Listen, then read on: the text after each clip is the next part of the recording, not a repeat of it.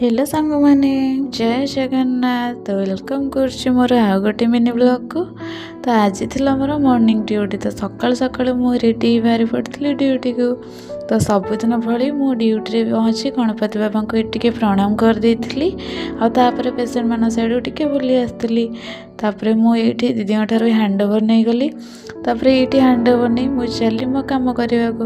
तो patient side कम सरला बेलू हो 2:30। तापर मुझे सार सह स्कूटी बस बाहरी पड़ी रूम को।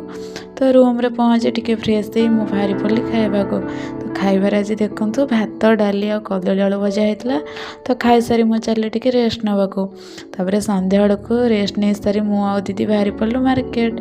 तो ये मार्केट पहुँचे आम चलू ज्वेलरी शॉप को। तापर आम से किसी गोड़ मुदी देखिलु और फाइनाली ये गोड़ मुदी आनलु। तो ये गोड़ मुदी क्या आनलु सेटा कहबी नेक्स्ट ब्लॉग रे।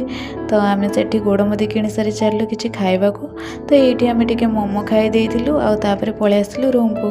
तो सांग मैंने आज ये रही देखा नेक्स्ट ब्लॉग रे। जय जगन्नाथ।